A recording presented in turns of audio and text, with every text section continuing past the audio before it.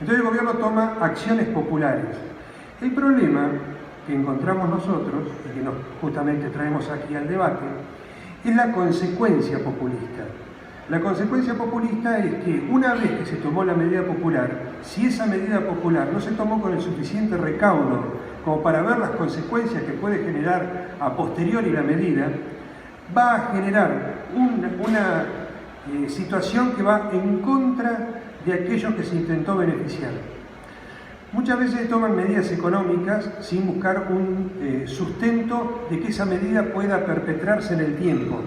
Entonces son medidas cortoplacistas que dan un resultado hasta eufórico en el momento que se aplica, y eso es una medida popular, pero el problema está cuando esa medida empieza a caminar, y cuando empieza a caminar tropieza la misma medida con una realidad que no estaba prevista o que no le interesó a quien tomó la medida de que esa realidad se podía llegar a suscitar.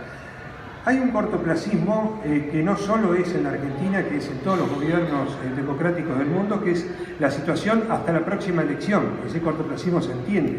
Ahora, ese cortoplacismo de 4 o 6 años, de acuerdo al mandato que se tenga en cada uno de los lugares, no tiene que ser una situación que sea que cierre el parámetro de la medida económica pura y exclusivamente al tiempo en el cual esa medida se está tomando.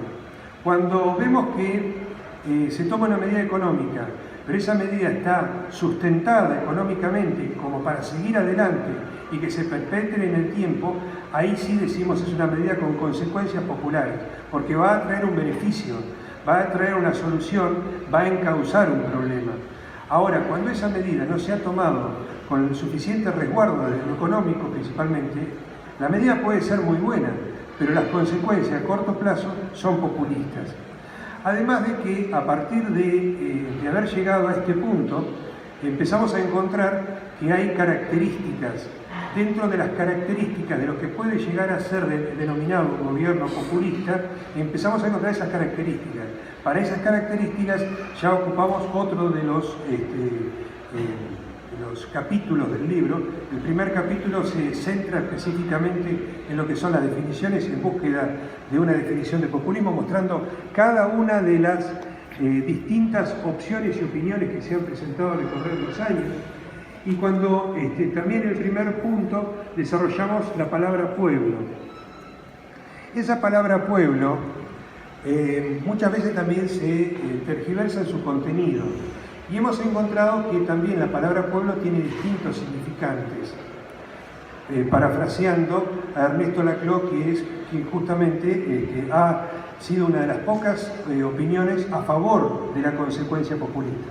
Ernesto Laclau es uno de los autores que, con la razón populista, él justamente marca el camino de cómo armar un populismo, cosa que nosotros podemos diferir en su forma de consecuencia, pero tomamos mucho de lo que dice Ernesto Laclau para también presentarlo en el manual y presentarlo como opciones, como distintas alternativas de pensamiento. Con respecto al pueblo, hay quienes entienden que el pueblo son aquellos que tienen problemas de recursos, aquellos que no tienen condiciones como para poder subsistir por ellos mismos. Pero creemos también, en eso también hacemos hincapié, que la palabra pueblo tiene una concepción mucho más amplia. Y para eso vamos directamente a la Constitución Nacional, artículo 22 de la Constitución Nacional, cuando habla de que el pueblo no delibera ni gobierna, sino es por medio de sus representantes.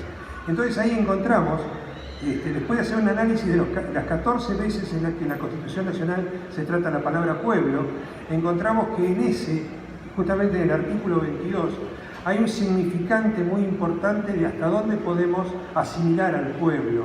¿Qué sería el pueblo? De acuerdo a eso serían todos aquellos que no son el gobernante. O sea que el gobernante sería el mandatario y el resto somos el pueblo. Si empezamos a tomar el pueblo como un todo, estamos hablando de una sociedad.